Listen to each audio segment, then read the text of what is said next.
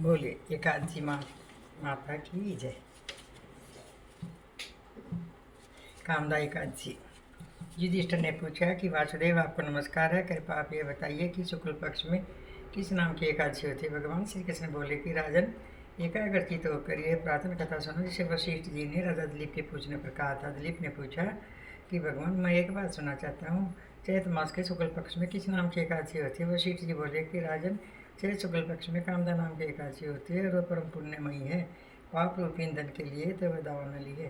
प्राचीन काल की बात है कि नागपुर नाम का एक सुंदर नगर था, जहाँ सोने के महल बने हुए थे। उस नगर में पुंडरीक आदि महाभयंकर नाग निवास करते थे। पुंडरीक नाम का नाग उन दिनों वहाँ राज्य करता था। गंधर्व, किन्नर, अप्सराएं भी उस नगरी का सेवन करती थी। वहाँ एक श्रेष्ठ अप्सरा थी जिसका नाम था ललिता। उसके साथ ही ललित नाम वाला गंधर्व भी था। वे दोनों पति पत्नी के रूप में रहते थे। दोनों ही परस्पर काम से पीड़ित रहा करते थे। ललिता के हृदय में सदा ही पति की मूर्ति बसी रहती और ललित के हृदय में सुंदरी ललिता की।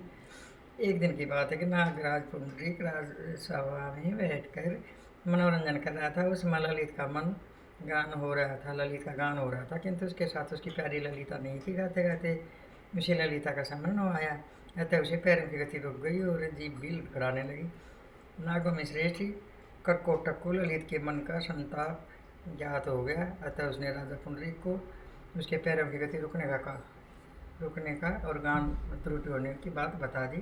कर्कोटक की बात सुनकर नागराज पुंडरीक की आंखें क्रोध से लाल हो गई। उसने गाते हुए कामोत्र ललित को शाप दिया, दुर्बुद्धे, तू मेरे सामने गान करते समय भी पत्नी के वशीभूत हो गया, इसलिए राक्षस हो जा। महाराज पुंडरीक के इतना कहते ही वह गंधर्व राक्षस हो गया। भयंकर मुख, विकराल आंखें और देखने मात्र से भय उपजाने वाला रूप, ऐसा राक्षस होकर वह कर्म का फल भोगने लगा। ललिता अपने पति की विकराल आकृति देख मन ही मन बहुत चिंतित हुई। भारी दुख से वह कष्ट पाने लगी। सोचने लगी, क्या करूं, कहाँ जाऊं, मेरे पति पाप से कष्ट पा रहे हैं। और रोती ही घने जंगलों में पति के पीछे पीछे घूमने लगी। वन में उसे एक सुंदर आश्रम दिखाई दिया, जहाँ एक मुनि शांत बैठे हुए थे। किसी भी प्राणी के साथ उसका वैर विरोध नहीं था। ललिता शीघ्रता के साथ वहाँ गई और मुनि को प्रणाम करके उनके सामने खड़ी हुई। मुनि बड़े दयालु थे। उस दुखनी को देखकर वे इस प्रकार बोले कि सुबह, तुम कौन और कहाँ से आई हो, मेरे सामने सच सच बताओ। ललिता ने कहा कि महामुनि, वीर धनवा नाम वाले गंधर्व हैं, मैं उन्हीं महात्मा की पुत्री हूँ। मेरा नाम ललिता है। मेरे स्वामी अपने पाप दोष के कारण राक्षस हो गए हैं। उनकी यह अवस्था देखकर मुझे चैन नहीं है। ब्राह्मण, इस समय मेरा जो कर्तव्य वो बताइए। विप्रवर, जिस पुण्य के द्वारा मेरे पति राक्षस भाव से छुटकारा पा जाए और उसका उपदेश कीजिए। ऋषि बोले, भद्रे, इस समय चैत मास के शुक्ल पक्ष की कामदा नाम की एकादशी है, जो सब पापों को करने वाली और उत्तम है। तुम उसी का विधि पूर्वक व्रत करो और इस व्रत का जो कुछ पुण्य है उसे अपने स्वामी को दे डालो। पुण्य देने पर क्षण भर में ही उसके साथ दूर हो जाएगा। राजन मुनि का यह वचन सुनकर ललिता को बड़ा हर्ष हुआ। उसने एकादशी का उपवास करके द्वादशी के दिन महर्षि को समीपी भगवान वासुदेव के श्री विग्रह के समक्ष अपने पति के उद्धार के लिए यह वचन कहा कि मैंने जो यह कामदा का उपवास किया है, उसके पुण्य के प्रभाव से मेरे पति का राक्षस भाव दूर हो जाए।